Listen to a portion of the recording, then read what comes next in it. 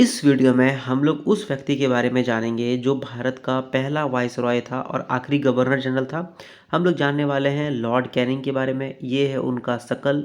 और साथ ही साथ हम लोग जानेंगे कि उनके कार्यकाल में भारत में कौन कौन सी महत्वपूर्ण घटनाएं घटी थी और उनका आखिर परिचय था क्या, उसके बारे में भी जानने का प्रयास करेंगे। लॉर्ड कैनिंग का पूरा नाम है चार्ल्स जॉन कैनिंग। वो एक ब्रिटिशर थे। वो एक ब्रिटिशर स्टेट्समैन थे, यानी कि वो एक तरह से ब्रिटिश सरकार की या फिर इंग्लैंड का वो एक पॉलिटिशियन थे। और साथ ही साथ भारत का वो गवर्नर जनरल भी बने और बाद में वाइसरॉय भी बने। भारत में उन्होंने 1856 से लेके 1862 तक, यानी कि 6 साल तक उन्होंने गवर्नर जनरल ऑफ इंडिया और फिर बाद में वाइसरॉय ऑफ इंडिया का पद को सुशोभित किया। उनका जन्म होता है 1812 में और उनकी मृत्यु हो जाएगी 1862 में। अब हम लोग जानते हैं कि उनके कार्यकाल में मेन काम क्या क्या हुआ था। जब उन्होंने भारत का गवर्नर जनरल का पद लिया 1856 में, एक साल के बाद 1857 को हो जाता है भारत में इंडियन म्यूटनी या फिर सिपाही म्यूटनी। मतलब कि सिपाही लोग विद्रोह कर देते हैं। वो जो मंगल पांडे विद्रोह करते हैं ना, वही वाला था 1857 की क्रांति। वो इन्हीं का कार्यकाल में घटती है। जब वो क्रांति होती है तो फिर क्या होता है, जो ब्रिटिश सरकार थी, खास करके जो ईस्ट इंडिया कंपनी, तभी तो ईस्ट इंडिया कंपनी की जो सरकार थी, वो एक तरह से सोचती है कि इसको कैसे दबाया जाए। क्योंकि ये जो विद्रोह था, है ना, ये पूरी तरीके से व्यवस्थित नहीं था और ये अलग अलग जगह पर अलग अलग टाइम पे हो रहा था। इनफैक्ट ये मेनली आप देखो तो यूपी और बिहार और बंगाल, ये 3 जगह पर ये मेनली हुआ। साथ ही साथ थोड़ा बहुत मध्य प्रदेश, यही 3-4 स्टेट में ये मेनली हुआ। आज का जो स्टेट है, ये अपराइजिंग जो था, ये जो विद्रोह था, ये मेरठ जो कि यूपी में पड़ता है, वहाँ पे मई महीना था 1857 को ये शुरू किया गया। और इसका मेन मेन कारण या फिर आप जो बोलो तत्कालीन कारण ये था कि कहा जा रहा था कि जो बम जिसमें जो गोली होता है, इनफैक्ट जो गोली का जो बंदूक में जो गोली घुसता है ना, उसमें बोला जा रहा था कि सूअर और गाय का चर्बी से वो बना हुआ है। इसलिए हिंदू और मुस्लिम दोनों ऑफेंड हो गए और उन्होंने ब्रिटिश के खिलाफ जो है वो एक तरह से विद्रोह कर दिया। तो इसी चीज़ को जो है वो दबाने के लिए लॉर्ड कैनिंग ने बहुत ही इम्पॉर्टेंट रोल प्ले किया और उन्होंने इस जो विद्रोह था उसको अच्छी तरीके से, एक तरह से कह सकते हो आप, दबा दिया। ठीक है। और 1 साल, मैक्सिमम 1.5 साल के अंदर ये जो विद्रोह था ये पूरी तरह से ख़त्म हो चुका था। अब ये विद्रोह कैसे ख़त्म हुआ, ये अलग टॉपिक है, क्योंकि आज हम लोग कैनिंग के बारे में बात कर रहे हैं, तो हम लोग इस विद्रोह के अंदर ज़्यादा नहीं जाएंगे, बट ऊपर ऊपर ही जान लेंगे कि क्या था विद्रोह और कैसे इसको बंद किया गया। ठीक है। उन्होंने क्या किया, बहुत अपना जो फोर्सेस था, ब्रिटिश फोर्स जो था, उसको उन्होंने अच्छी तरीके से मैनेज किया। अलग अलग जो बटालियंस के जो लीडर्स होते हैं या फिर जनरल्स होते हैं, उनको जगह पर भेजा और अलग अलग जनरल्स को, अलग अलग कैप्टन्स को, अलग अलग लीडर्स को जो विद्रोह में शामिल थे, जैसे नाना साहब, लक्ष्मीबाई, इन सब को अलग अलग कैप्टन्स के हाथों उसको बोला गया कि आप इनको हरा दो। ठीक है। फिर जब ये ख़त्म होता है तो उनका एक डिसीजन आता है कि बहादुर शाह जफ़र जो थे, बहादुर शाह जफ़र जिसको बहादुर शाह 2 भी बोला जाता है, उनको हैंग कर दिया जाए। ठीक है। जब रिबेलियन जो विद्रोह जो था वो जब ख़त्म हो गया तो उनको हैंग कर दिया जाए, यानी कि उनको बाद में रंगून भेज दिया गया था। और रंगून आज का डेट में वो आपका मलेशिया, शायद या मलेशिया इंडोनेशिया में पड़ता है, वहाँ पर उनको भेज दिया गया था। और ये दर्शाया गया था कि जो मुग़ल डायनेस्टी है, जो मुग़ल सत्ता थी, वो ख़त्म हो चुकी है। अब मुग़ल सत्ता का कोई वजूद नहीं बचा और ये एक बहुत बड़ा झटका था भारत की सोच के लिए। ठीक है। एडमिनिस्ट्रेटिव रिफॉर्म्स का बात करें कि प्रजातंत्रात्मक जो रिफॉर्म्स है उसका अगर बात करें तो कैनिंग जो थे, लॉर्ड कैनिंग, उन्होंने कुछ कुछ एडमिनिस्ट्रेटिव रिफॉर्म्स को इम्प्लीमेंट किया। जैसे कि उन्होंने सिविल सर्विस और मिलिट्री सर्विस को रीऑर्गेनाइज करने का प्रयास किया।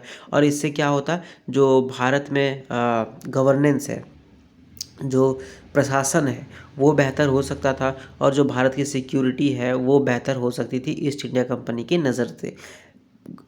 जब लॉर्ड कैनिंग 1856-7 का जो रिवोल्ट हो गया 1857 का, उसके बाद क्या होता है 1858 में एक एक्ट आता है। उस एक्ट के तहत जो ईस्ट इंडिया कंपनी है उसको एबॉलिश कर दिया गया, उसको बंद कर दिया गया और जो भारत का सत्ता था वो डायरेक्ट अब ब्रिटिश क्राउन यानी कि जो ब्रिटिश की एम्परर है उसके नाम पर अब चलेगा। ठीक है, इसको बोला गया गवर्नमेंट ऑफ इंडिया एक्ट 1857। इसके तहत ये जो सत्ता थी वो चली गई ब्रिटिश क्राउन यानी कि जो ब्रिटिश का राजा होगा या जो रानी होगी उसी के पास ये सत्ता चली गई। तो ये एक इम्पॉर्टेंट चीज़ था।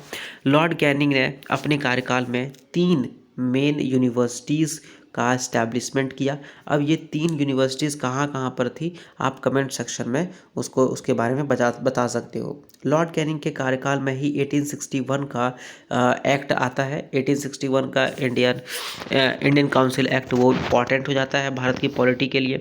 ठीक है, साथ ही साथ जो कैनिंग थे उन्हीं के कार्यकाल में बहुत सारे जो विद्रोह में पकड़े गए नागरिक थे या जो बहुत ऐसे लोग थे जिनके बारे में ईस्ट इंडिया कंपनी सोचती थी कि ये विद्रोह के लिए मेन कारण है, तो उन लोगों को पकड़ा गया। तो कैनिंग ने बहुत ऐसे लोगों को डेथ सेंटेंस यानी कि मृत्यु दंड नहीं दिया और बहुत कोई को बोला गया कि यार जाओ तुम लोग बस अपना जीवन काल जो है सो जा कर के काल कोठरी में जेल में बिताओ। यानी कि एक तरह से कह सकते हो कि उन्होंने अपना कठोर रवैया ना अपनाते हुए बल्कि उदारवादी रवैया अपनाया और बहुत सारे लोगों को जो है वो मृत्युदंड नहीं दिया। ठीक है, उन्हीं के कार्यकाल में कुछ छोटे मोटे भारत में हुआ यानी कि फेमाइन हुआ, सूखा हुआ और इस चक्कर में उन्होंने जो है सो जनता के लिए, लोगों के लिए जो सूखे में राहत मिलना चाहिए जैसे कि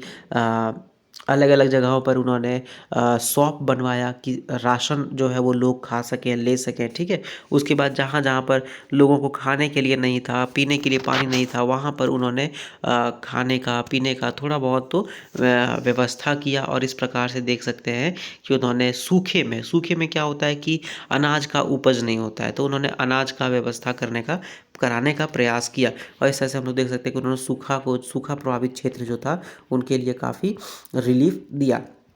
जब उनका कार्यकाल ख़त्म होने वाला होता है तो वो समय होता है 1862 यानी कि वो 6 साल के लिए भारत का गवर्नर जनरल और फिर बाद में जब गवर्नमेंट ऑफ इंडिया एक्ट 1858 लागू होता है तो वो भारत के पहले वाइसरॉय बनते हैं। लॉर्ड कैनिंग का जो एडमिनिस्ट्रेशन था, उनका जो प्रजातंत्र था या फिर एडमिनिस्ट्रेशन को हिंदी में एग्जैक्टली क्या बोलते हैं माथे में नहीं आ रहा अभी, बट एडमिनिस्ट्रेशन जो था वो बहुत ही उनका जो 5-6 साल का जो पीरियड था भारत में वो काफ़ी टर्बुलेंट था। यानी कि बहुत ज़्यादा जैसे भी हमने बताया कि आपको 1857 का रिवोल्ट हो गया, बहुत सारा हिल डुल कर रहा था, यानी कि एकदम शांति वाला माहौल नहीं रहा। ठीक है, और उनका जो तरीका था विद्रोह को दबाने का और विद्रोह को दबाने के बाद जो आगे जो हुआ वो भारत का हिस्ट्री को चेंज करने वाला था। उन्होंने भारत को 1862 में अलविदा कहा। ठीक है, और फिर उनका अगर लीगेसी का बात करें यानी कि उनका अगर उन्होंने क्या छोड़ के गया अगर इसका बात करें तो उन्होंने एक तरह से देखो कि भारत में अपने लिए उन्होंने थोड़ा बहुत किसी लोगों के लिए कट्टरता बनाया, किसी लोगों के लिए बेहतर इमेज बनाया ब्रिटिशर्स का। ठीक है, उसके बाद उन्होंने जैसे ही मृत्युदंड देना बंद किया या कम किया तो उन्होंने भारतीयों की नज़र में थोड़ा बहुत अपना इज्जत बढ़ा लिया था। तो इस प्रकार से उनका लेगेसी जो है वो इस तरह से डिफाइन किया जा सकता है। उन्होंने विद्रोह को अच्छी तरीके से संभाला कह सकते हैं, कठोर भी हुए, साथ ही साथ वो उदारवादी भी एक तरह से देखने को मिलते हैं। तो ये था लॉर्ड कैनिंग के बारे में थोड़ा बहुत जानकारियाँ और मेरा क्वेश्चन आपसे ये था कि आप बताओ कि 3 यूनिवर्सिटीज़ जो लॉर्ड कैनिंग ने इस्टेब्लिश किए हैं वो कौन कौन से यूनिवर्सिटीज़ हैं। ठीक है, 3 यूनिवर्सिटीज़ वो कौन कौन से हैं और इनका आंसर आप कमेंट सेक्शन में दे सकते हो। एंड अगर ये वीडियो आपको अच्छा लगा तो आप इसको लाइक करो, दोस्तों के साथ शेयर करो, कुछ भी पूछना है बताना है तो कमेंट करो एंड चैनल को सब्सक्राइब करो। Thank you very much.